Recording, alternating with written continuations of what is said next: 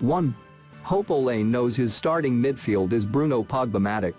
The moment Paul Pogba came on as substitute yesterday, United looked a different side. Pogba must play a fit alongside Fernandes. The issue, clearly, is who sits behind them. We all love Fred and McTominay, and the Scotsman had a good game against Spurs. Yet do they play well together? Fred's improved form this season largely coincided with McTominay's injury layoff.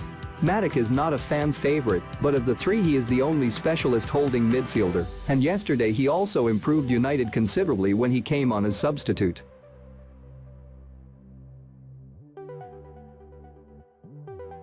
2. Hope Ole knows Greenwood is now ahead of Dan James on the right. Another player whose impact was immediate and obvious was Mason Greenwood. The 18-year-old has bulked up during lockdown and looks stronger and sturdier. It is surely now time for Solskjaer to take off the kid gloves and let Mason start some more Premier League games. The fact that he has only started 4 this season versus James' 28 is increasingly hard to justify. For James' part, lockdown probably came at precisely the wrong time. After a long lean spell he scored against Lask in the Europa League in March, and you could see the confidence pouring back into him. That confidence was notable by its absence again yesterday. United cannot afford to wait for him to find it again at this stage of the season.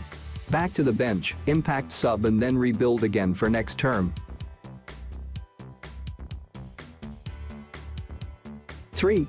Hope Ole knows Martial is not an automatic starter in a MUFC team chasing trophies. Anthony Martial is another player who was on fire before lockdown, but who looked badly off the pace yesterday.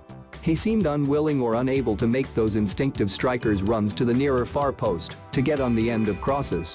Far too often he lurked around the edge of the box, looking slow and ponderous.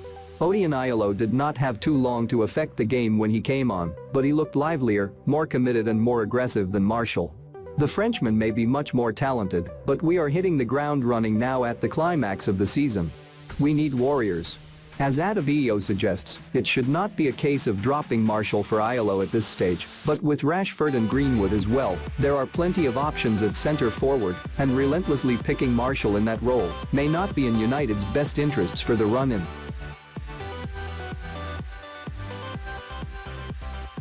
4. Hope Ole knows he has a big De Gea Henderson decision to make. 4-time winner of the Sir Matt Busby Player of the Year award, David De Gea has been one of the finest keepers in Manchester United's history, but what seemed like a run of poor form from the Spaniard is now approaching 2 years in duration. Meanwhile, Henderson is tearing it up on loan at Sheffield United. What seemed unthinkable now must be given serious consideration. Moving the Spaniard on and giving youth a chance. Nobody knows whether Henderson will cope with the extra pressure of playing for the biggest club in the world, nor whether De Gea can put the errors behind him and find the form that made him one of the world's best keepers. It is a huge decision, as Adebayo rightly says.